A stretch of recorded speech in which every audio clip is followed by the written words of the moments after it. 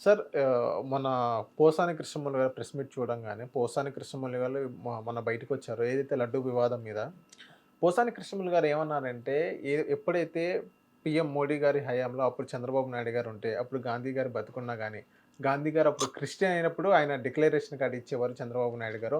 అంత మత రాజకీయం ఉంది అని పోసాని కృష్ణమౌళి గారు అనడం జరిగింది. సో, ఇది ఏదైతే పోసాని కృష్ణమౌళి గారు చెప్పిన ఏదైతే ప్రెస్ మీట్ మీరు చూసే ఉంటారు. చూసిన తర్వాత మీకేమనిపించింది? ఏదైతే పోసాని కృష్ణమౌళి గారు చెప్పిన మొత్తం వీడియోలో మీకు దాన్ని ఏకీభవిస్తారా మీరు? సినిమా వాళ్ళకి సినిమాటిక్ డైలాగులు చెప్పడానికి, సర్కాస్టిక్గా సెటైర్లు వేయడానికి తప్ప హ్మ్. పనికొచ్చిన విషయాలు ఉండవు. అయితే టైం వేస్ట్. సినిమా వాళ్ళు చుట్టూ చెప్పి రాజకీయాలను దయించి ఆ రెండింటినీ వేరు చేసింది. హ్మ్. సినిమా వాళ్ళు మాట్లాడిన దానికి ఈ సెన్సార్ వాళ్ళు ఏ సర్టిఫికేట్ ఇచ్చినట్టు అది కట్ చేసింది. అది టైం వేస్ట్ చేయకండి వాళ్ళ చుట్టూ. వాళ్ళకి ఏమీ తెలియదు. అంటే పోసాని కృష్ణమౌళి గతంలో ఇది మీడియాది చైర్మన్‌గా ఉన్నారు కదా! ఆంధ్ర రాష్ట్రం. ఉన్నాయండి సార్. అలా ఆబ్లిగేషన్ ఫుల్ఫిల్ చేసుకుంటాడు ఎవడైనా సార్. రాఘవేంద్ర ఉన్నాడు గతంలో చంద్రబాబు నాయుడు గవర్నమెంట్లో. ఏం ఉద్ధరించాడు చంద్రబాబు నాయుడికి? హ్మ్. చెప్పండి. ఇవన్నీ వాళ్ళకు ఒక డమ్మీ ఐడెంటిటీస్ ఉంటాయి సార్. వాళ్ళని ఎత్తికేసుకుని ఊరికెత్తి లేని తరకానే పార్టీలు తెచ్చుకోవడం తప్ప వాళ్ళ వల్ల దమిడి ఉపయోగం ఉండదు ఎవరికి. సార్ ఏదైతే నామినేటెడ్ పోస్టులు ఏదైతే వాళ్ళు 99 లేకపోతే 100+ నామినేటెడ్ పోస్ట్‌లో 20 అనేది రిలీజ్ చేశారు. సో, 20 రిలీజ్ చేసిన తర్వాత ఏదైతే బీసీలకిన్ని, ఎస్సీలకిన్ని, ఎస్సీలకిన్ని అది ఏం లేకుండా కేవలం పార్టీ శ్రేణులే జనసేనకు 3, బీజేపీకి 1 అన్నట్టుగా రిలీజ్ చేశారు. అండ్ నెక్స్ట్ ఏదైతే గతంలో మనం జగన్మోహన్ రెడ్డి గారు చూసుకున్నట్లయితే బీసీలు మహిళలకు ఎక్కువ ప్రాధాన్యత ఇచ్చారు. సో, ఈ ప్రభుత్వం ఎందుకు ఇవ్వలేకపోతుందని మీరు భావిస్తున్నారు? ఎవడి ప్రభుత్వ విధానాలు అలవి. ఇదంతా లోకేష్కి సంబంధించిన టీం అని వాళ్ళ భౌగోళిక పేపర్లో రాసేసాడు ఇవాళ.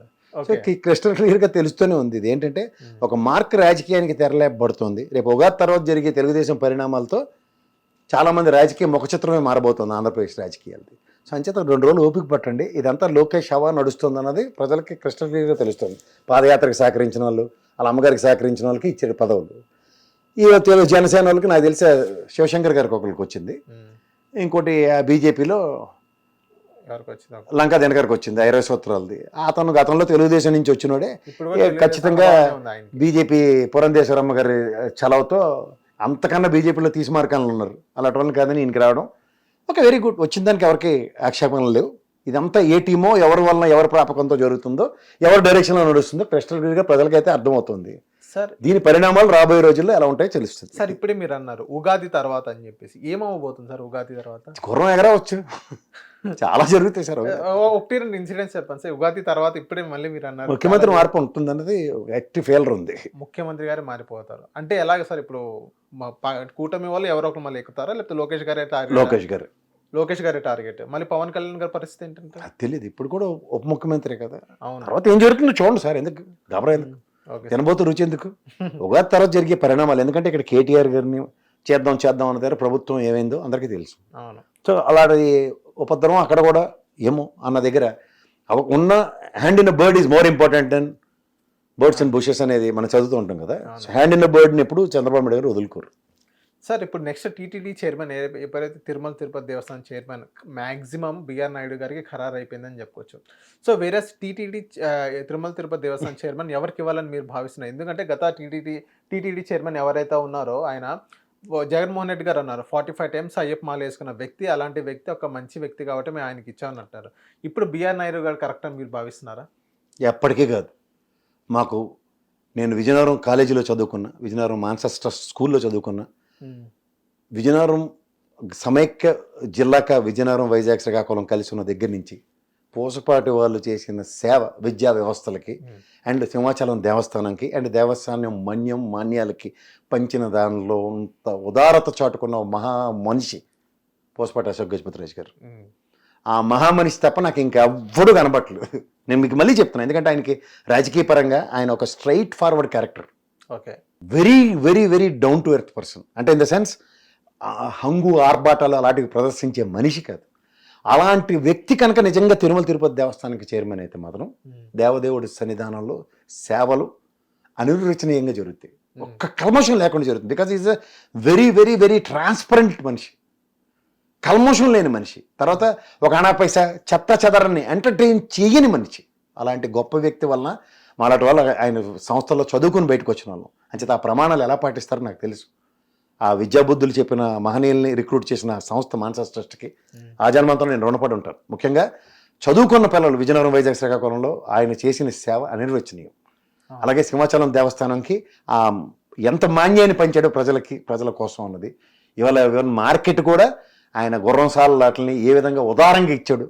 విజయనగరం చరిత్రలో ఆయన స్మరించుకోని వ్యక్తి ఉన్నాడు. మా పైడితల్లమ్మ వారి సాక్షిగా అక్కడ జరిగే కైంకర్యాలు కూడా విజయనగరం జిల్లాకి వాటికి ఆ సింహాచలం దేవస్థానానికి ఆయన చేస్తున్న ఆ చుట్టుపక్కల మన్యాలకి చేస్తున్న దానికి అలాంటి వ్యక్తి really a true person to deserve TTD chairman. Okay, నేను ప్రత్యక్షంగా ఆయన ఎమ్మెల్యే కానీ ఎంపీ కాని కాబట్టి అలాంటి ఆయన్ని కాదని ఇంకా ఎవరికి ఇచ్చిన అర్హత లేనోడు ఎవరండి బీఆర్ నాయుడు. ఏం స్థాయి ఉందని అలాంటి వ్యక్తికి ఏ ప్రాతిపదిక మీద ఇస్తారు టీటీడీ?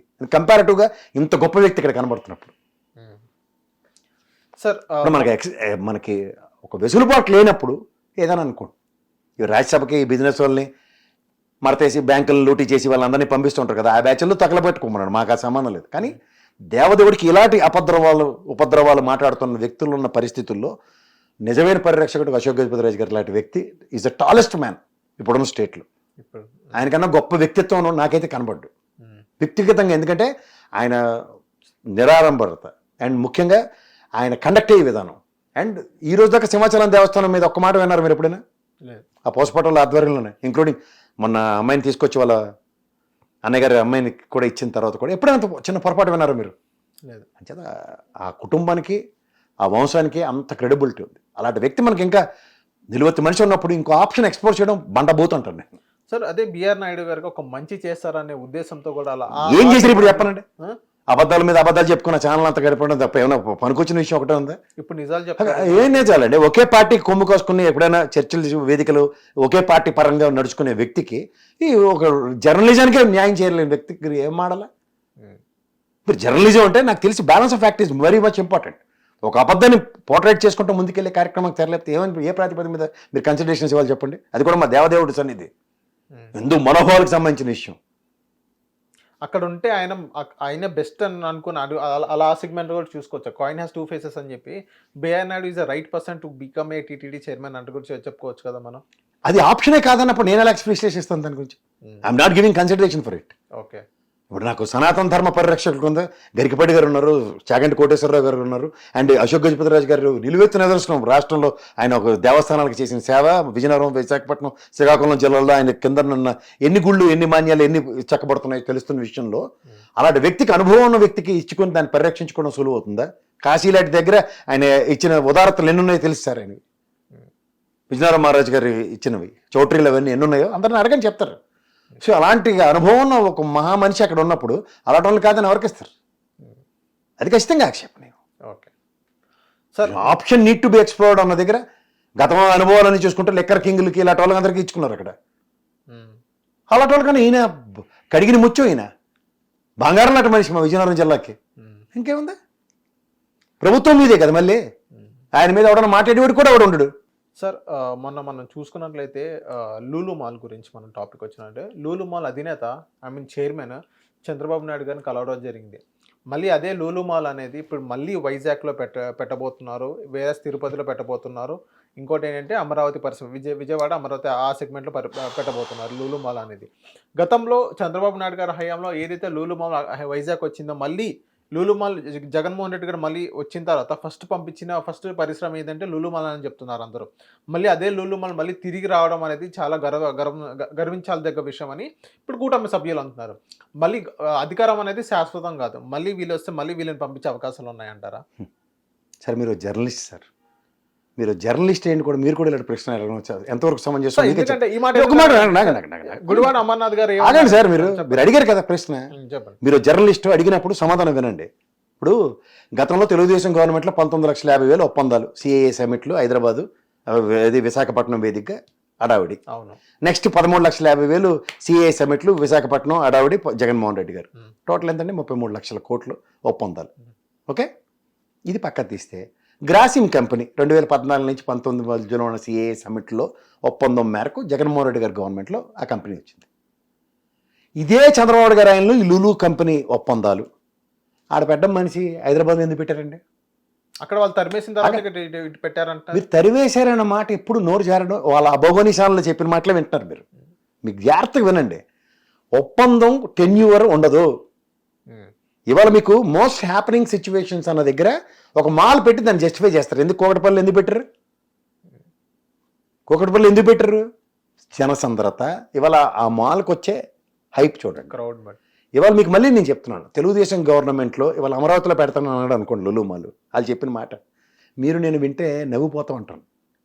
14 నుంచి పెట్టక తింటూనే ఉన్నాం. ఆ లాయిలో పెట్టించలేక చేతకాక జగన్మోహన్ రెడ్డి రాగానే పారిపోయాడు. ఎందుకు పారిపోతాడు? మరి ఫాల్కాన్ కంపెనీ ఇదే లొకేషన్ నెల క్రితం వెళ్ళి ఒప్పందం చేసుకొచ్చాను అయిపోయింది అని తోటకూరన్నాడు, చెన్నైలో పెడుతుండే ఆయన. లోకేష్ గారు పారదోలేశారు దాన్ని. చెప్పండి సార్, అది అంతవరకు సమంజసం. అంచేత మనం వాస్తవాలు గ్రహించి ఒప్పందాలు కుదర్చబడ్డాయి, వాళ్ళకి ఇవాళ 3 వచ్చింది పెడదాం అనుకుంటున్నారు. మళ్ళీ గ్రౌండ్ రియాలిటీస్ అన్నీ చూస్తారు. జనసాంద్రత నాకు తెలిసి విశాఖపట్నం, మా అయితే తిరుపతి దగ్గర హైయెస్ట్, ఎందుకంటే బికాస్ పిలిగ్రిమేజ్ ప్లేస్ కాబట్టి ఒక మాల్ జస్టిఫికేషన్ ఉంటుంది. వైజాగ్లో సెన్సిటివ్ పీపుల్ ఉంటారు చాలామంది, 3 జిల్లాల దగ్గర నుంచి యాక్సెసిబిలిటీ. ఇంకా తీసుకొచ్చి ఎక్కడికి వస్తారు? మహా అయితే విజయవాడ. ఇవి కాకుండా మోస్ట్ హ్యాపెనింగ్ ప్లేసెస్ ఆంధ్రప్రదేశ్లో ఏమైనా చెప్పండి. అంత మాల్ కల్చర్ని అడాప్ట్ చేసుకుని ఎక్కడైనా పెట్టేది. అమరావతికి అయితే దిక్కు దివానే ఉండదు, ఆ చెరువుల్లో ఈత కొట్టుకుని ఎవడు వెళ్ళడు. అమరావతి లులు మాల్ అమరావతిలో పెడతామని ఉదాహరణకు చెప్తే అది ఎంతవరకు ఫ్యాక్టర్ ఉంటుంది? ఆడ ప్రాఫిట్ మార్కింగ్ సిచ్యువేషన్స్లో బిజినెస్ ఎవడన్నా ఎస్టాబ్లిష్ చేసుకుంటాడు. కానీ దీన్ని ఏమో చంద్రబాబు నాయుడు గారు పారదోలేశారు, లేకపోతే లోకేష్ గారు పంపించారు అని నెక్స్ట్ ప్రభుత్వం వచ్చి మారితే ఏమైనా అర్థం ఉంటుంది? ఇప్పుడు 4 లక్షల ఎకరాల పైచీలకి ల్యాండ్ బ్యాంక్ పెట్టుకుని ఉంది ఆంధ్రప్రదేశ్ ప్రభుత్వం. ఎవడొచ్చినా బిజినెస్కి ఇలా స్వర్గధామం అక్కడ. Ease of doing business number 1. Policies are perfectly made by both governments. Telugu Desam నేను ఒప్పుకుంటాను, జగన్మోహన్ రెడ్డి గారి ప్రభుత్వాన్ని ఒప్పుకొని తీరాలి ఎవడైనా సరే. Is of doing business number 1 మన ఆంధ్రప్రదేశ్. ఎందుకంటే జగన్మోహన్ రెడ్డి గవర్నమెంట్లో మొత్తం నేషనల్ వైడ్గా 18% ఇండస్ట్రియలైజేషన్ జరిగితే ఆంధ్రప్రదేశ్లో కూడా 18% ఇండస్ట్రియలైజేషన్ జరిగింది. చేత అతీతంగా ఏమి ఉండదు. లులు వాడి వాళ్ళ 3 వచ్చి పెడుతున్నాడంటే పెట్టండి. ఇప్పుడు అమర్రాజా బ్యాటరీస్ ఆంధ్రప్రదేశ్లో ఇప్పుడు పెట్టుకోవచ్చు కదా వెళ్ళి, ఎందుకు పెట్టు? ఇదే అమర్రాజా బ్యాటరీ ఎందుకు బాబు 2 రోజులకు మందే నెక్స్ట్ గవర్నమెంట్ వస్తుంది చంద్రబాబు గారు ఎందుకు ప్రామిస్ చేయలేపారు గల్లాజేదేవి గారికి? ఇవన్నీ క్రిస్టల్ క్లియర్గా ఉంటాయి సార్. ఒక దగ్గర ఒక బిజినెస్ ఎక్స్పాన్షన్ అన్నది ఒక జియోగ్రాఫికల్ ఆస్పెక్ట్స్లో కొన్ని కన్సిడరేషన్స్ ఉంటాయి. మహబూబ్ నగర్ వాళ్ళకి అనుగుణంగా ఉంది, అందుకని తీసుకొచ్చి పెట్టారు అమర్రాజా. అప్పుడేం మాడారు? కరకంబాడి నుంచి అమర్రాజా బ్యాటరీ తరలిపోతుంది, చెన్నైకి వెళ్ళిపోతుంది. ఏది ఎప్పటికీ ఒక వింటర్గానే కదిలింది అక్కడి నుంచి, ఎందుకు కదలే? ఇవి రాజకీయ నాయకులు ఈ భౌగోళిక ఛానల్ చెప్పిన పెట్టకథలు ఏంటి ఇలాగే ఉంటాయి కష్టాలుగా. ఇదే లూలు మాల్ గురించి ఒక ఇంటర్వ్యూలో గుడివాడ అమర్నాథ్, అప్పుడు ఐటీ మినిస్టర్ ఉన్న గుడివాడ అమర్నాథ్ గారు ఏమన్నారంటే, లూలు మాల్ అనేది సిటీ సెంటర్లో ఉంది, అక్కడ ల్యాండ్ అనేది వాళ్ళు తక్కువ ఇచ్చారు, సో మేమేం పంపించలేదు, ఏదైతే ఆ మాల్ ఉందో సిటీ కొంచెం బయట ఒక 2-3 కిలోమీటర్స్ బయట పెట్టుకున్నామన్నాము, ఎక్కడైతే డెవలప్మెంట్ జరిగిందో అక్కడ ఇల్లు పెట్టి ఇంకేం ఉపయోగం, అక్కడ కూడా డెవలప్మెంట్ జరగాలనే విధంగా మేము అక్కడ అట్టే పెట్టుకోమని చెప్పాము. వాళ్ళు ఇష్టం లేక వాళ్ళు వెళ్ళిపోయారు, బయటకు వెళ్ళిపోయారు అన్నట్టుగా గుడివాడ అమర్నాథ్ గారు చెప్పారు. సో ఇంకో దీన్ని వాళ్ళు ఇప్పుడు ఏదైతే కూటమి సభ అప్పుడే వాళ్ళు వక్రీకరించారు. ఎలా వక్రీకరించారంటే టీడీపీ నాయకులు కానీ వాళ్ళందరూ, సో అదే అమరావతిని లింక్ పెట్టారు. ఎప్పుడైతే జగన్మోహన్ రెడ్డి గారు వైజాగ్ మంచి డెవలప్ అయిన సిటీ అని చెప్పేసి ఇక్కడ పెట్టమన్నారు, కానీ అమరావతి అయితే ఇంకా డెవలప్ అవ్వడం చాలా టైం ఉంది, అందుకని ఈ టైప్ షిఫ్ట్ చేసాం అన్నట్టుగా చెప్పారు. అమరావతి అయితే ఒక లెక్క, మరి లూలు మాల్ అయితే ఈ రెండింటిని కంపేర్ చేస్తున్నారు. మీకు ఏమనిపించింది? కంపేర్ చేసుకోమండి సార్, ఎవరి ప్రభుత్వాలు ఏం కంపేర్ చేసుకుంటారో అందరికీ తెలుసు. ఆయన అభివృద్ధి వికేంద్రీకరణ అనే కాన్సెప్ట్కి ఆయన డ్రైవ్ చేసుకుని వెళ్ళాడు గత ప్రభుత్వం. వీళ్ళు సెంట్రిక్గా మళ్ళీ వాళ్ళు అమరావతి చుట్టూ రాజకీయాన్ని నడుపుతాం అనుకుని వీళ్ళు తెరలేపుకుని కూర్చొని లాస్ట్లో వైజాగ్ వచ్చారు అభివృద్ధి వికేంద్రీకరణ, మరి వైజాగ్ అన్నట్టుగా పోర్ట్రేట్ చేస్తున్నారు అప్పుడు జగన్మోహన్ రెడ్డి గారు. ఎవరైనా అదే పని చేస్తారు. ఇప్పుడు ఇక్కడ హ్యాపెనింగ్ ఎవడు ఆఫీస్ ఇక్కడ పెట్టుకుని మీరు వెళ్ళి ఎక్కడెక్కడ శంకరపల్లి కొనుక్కుంటారు సార్ మీరు ఇల్లు అంటే మీరు క్యాలిక్యులేట్ చేయవలసిన టైం ఏంటంటే నా ప్రొడక్టివ్ టైం ఎంత, నేను వర్కింగ్ టైం ఎంత, 8 to సాయంత్రం 6 గంటల దాకా అనుకోండి ఎగ్జాంపుల్. లాజిస్టిక్స్ ప్లాన్ చేసుకోవాలా? 8 గంటలకు మీరు ఆఫీస్ రావాలంటే శంకరపల్లి నుంచి బయలుదేరితే ఎంతసేపటికి వస్తారు? తెల్లారు 5 గంటలకి ఎప్పుడో బయలుదేరాలి మీరు. ఇవన్నీ దాని బదులు అవసరం బదులు ఇక్కడ అద్దెకి తీసుకుని అక్కడ తర్వాత ల్యాండ్ కొనుక్కొని కట్టుకుందాం అని కాన్సెప్ట్ ఆలోచిస్తారు కదా. The same scenario. ఇప్పుడు వాళ్ళు ఏమనుకుంటారు, మాల్ చిన్న సైజా పెద్ద సైజా, నాకు ఇక్కడ ఉన్నదానికి ఇంకొంచెం చుట్టుపక్కల ఎక్స్పాండ్ చేసేస్తారా? ప్రాక్టికల్గా అవ్వదు. ఇప్పుడు చందన బ్రదర్స్ కనకమహాలక్ష్మి మధ్యలో జగదాంబ సెంటర్ ఉంటుంది వైజాగ్లో. ఈ జగదాంబ సెంటర్ అంతా నేను కడతానండి లులు మాల్ 2 పక్కల ఈ కనకమహాలక్ష్మి నుండి చందన బ్రదర్స్ని తీసి అన్నాడు అనుకోండి ఉదాహరణకి, ప్రాక్టికల్గా అవుద్దా? అవ్వదు. కానీ అది అవ్వదు కాబట్టి నీకు ఎంత ఏరియా కావాలి కాబట్టి ఇక్కడి నుంచి కొంచెం ముందుకురా, బీచ్ రోడ్లో ఒక ల్యాండ్ ఇస్తాం, లేదా బీచ్ రోడ్లో నాకు పాత బిల్డింగ్లు గట్ట, లేదు సార్ మాకు లాజిస్టిక్స్ కుదరట్లేదు అని ఆగొచ్చు లులు వాడు, లేదా యాక్సెప్ట్ చేయొచ్చు. ఈ రెండింటి మధ్యలో కాంట్రడిక్షన్ ఏముంది? ఈ ప్రభుత్వం వచ్చి ఎక్కడ ఇస్తుందో ల్యాండ్ చెప్పమనండి, అమరావతిలో కడతడమే చూద్దాం. అయినప్పుడు మాడదు సార్, పునాదురాలు పడతాయి, కట్టారు ఇవన్నీ. ఇక్కడ ఎంతసేపట్లో కట్టారు Lulu mall? Span of no time కట్టి చూపించడు. అదే జరుగుతుంది అక్కడ కూడా. జరిగితే మాట్లాడదాం. ఓకే. ఒప్పందాలు మా చేసుకున్నంత మాత్రం నేను సిఐ సమిట్లు అన్నీ చూసుకుని వస్తున్నాను. ఇందాక చెప్పిన లెక్కదే 19,50,000 ఒప్పందాలు చూశాను. వీళ్ళు 13,50,000 కోట్లు వీళ్ళు ఒప్పందాలు చూసిన. ఏవి గ్రౌండ్ అయినవి ఎంత? అందులో 0.5% కూడా గ్రౌండ్ అవ్వలేదు చంద్రబాబు నాయుడు గారి ఆయనలో. 0.12% ఎంతో. సో సేమ్ సినారియో చూసుకోండి. 38,960 కోట్లు ఎంతో గ్రౌండ్ అయింది చంద్రబాబు నాయుడు గారి ఆయనలో. ఈయన ఆయనలో ఎంత అయింది? 1,54,000 కోట్లు పైసలకి జగన్మోహన్ రెడ్డి గారి ఆయన, ఇంక్లూడింగ్ రాసిం గత ప్రభుత్వ ఒప్పందం ప్రకారం. ఎవడు కాదంటాడు సార్. సార్ ఇప్పుడు ఏదైతే పోలవరం దగ్గరికి వస్తే, పోలవరం అనేది మీ ఎస్టిమేషన్ ప్రకారం ఎప్పుడైతే సెంట్రల్ గవర్నమెంట్ సహకారం ఉందంటున్నారో, కొంత సహకారం ఉందని కాకపోతే వాళ్ళు ఎప్పుడు మనీ రిలీజ్ చేస్తారో అని తెలియని పరిస్థితి మనం చూస్తున్నాం. సో ఇప్పుడు పోలవరం అనేది ఆంధ్ర రాష్ట్రానికి చాలా పెద్ద ప్రాజెక్ట్ అని చెప్పుకోవచ్చు. సో ఇప్పుడు ఆ పోలవరం అనేది ఎప్పుడులోగా పూర్తయితే మీరు భావిస్తున్నారు? ఇప్పుడే పూర్తవుదండి ఈ గవర్నమెంట్లో. అసలు ఇంపాసిబుల్. ఎందుకంటే ఇవాళ విదేశీ నిపుణులతో జూన్ జూలైలో చేసిన దీంట్లో వాళ్ళు రిపోర్ట్లు ఇచ్చారు చూడండి. The biggest mistakes have taken place in that. ఆ డయాఫ్రమ్ వాల్ అవన్నీ ఇట్స్ నాట్ రెక్టిఫైబుల్ రైట్ నౌ. అది మళ్ళీ పునర్నిర్మాణం చేయవలసిందే. మళ్ళీ 72% క్లెయిమ్ చేసుకునే ప్రాసెస్లో they want to gain more the credibility అన్న దగ్గర ఆ జీవనదికి జీవనాడికి కూడా ఇవాళ మేజర్ డ్యామేజ్ చంద్రబాబు నాయుడు రాయంలోనే జరిగిందని ఎస్టాబ్లిష్ చేసి ఇచ్చారు. వాళ్ళు చూడండి న్యూస్ అంతా, ఇంటర్నేషనల్ న్యూస్, నేషనల్ మీడియా అంతా కూడా కొడేకి వస్తుంది. సో వాస్తవానికి దాన్ని మళ్ళీ రెక్టిఫికేషన్ మొత్తం అంతా చేస్తే తల ప్రాణం తొక్కొస్తుంది. Okay. It's a huge process. It will not take place in India. How many times it will take place to complete a Polavaram project? It takes up some sort of 10 years on that time or? అలా ఏం లేదండి. Central government ఇమీడియట్గా funds release చేసుకుని వస్తే ఇప్పుడు 72% last గవర్నమెంట్లో claim చేసుకున్నాం కదా మనం కంప్లీట్ అయిందని. ఇప్పుడు డయాఫ్రమ్ వాల్కి ఎంత ఇప్పుడు ఇమీడియట్ డబ్బులు రిలీజ్ చేశారు. డ్యామేజ్ అని నేను విన్నాను, చాలా డ్యామేజ్ అని. ఈవెన్ ఇంటర్నేషనల్ నిపుణులు కూడా అదే మాట చెప్పారు నిన్న మొన్న. వాళ్ళు వచ్చిన సంవత్సరాలు 2. సో దానివల్ల అది ఇమీడియట్గా రెక్టిఫై చేయడం అనేది పెద్ద ఛాలెంజ్ కాబట్టి దానికి ఇప్పుడు ఇమీడియట్గా డబ్బులు తీసుకొచ్చి పాత డబ్బులు ఏవైతే దేనికైతే ఖర్చు పెట్టారో అవే డబ్బులు మళ్ళీ దానికే ఖర్చు పెట్టే కార్యక్రమంలో అగైన్ ఈ 5 ఏళ్ళలో అదే పని చేస్తే 72% లోపునే ఉన్నట్టు కదా. రిమైనింగ్ 28% ఎప్పుడు అవుతుంది? దానికి మళ్ళీ ఫండ్స్ రిలీజ్ చేయవలసింది వాళ్ళదే కదా. ఈ కర్మగాలి మళ్ళీ తుఫాన్లు కొట్టింది అనుకోండి, మహారాష్ట్ర అంతా ఎత్తుకోదేసేస్తుంది. గోదావరి నదికి అదే ప్రమాదం వస్తే అదే టైం డిలే కదా. వర్షాకాలం అయిపోయేదాకా ఎండాకాలం వచ్చేదాకా దాని పనులు మొదలెట్టలేం. ఇదంతా రెక్టిఫికేషన్ చేసుకుంటూనే కూర్చున్నారు అనుకోండి. How long it takes? Hit TV app ని డౌన్లోడ్ చేసుకోండి. ఇందులో short news, live news, entertainment movies అన్ని అవైలబుల్ గా ఉన్నాయి. Please download Hit TV app. Hit TV app. Hit TV యాప్ని ఫ్రీగా డౌన్లోడ్ చేసుకోండి.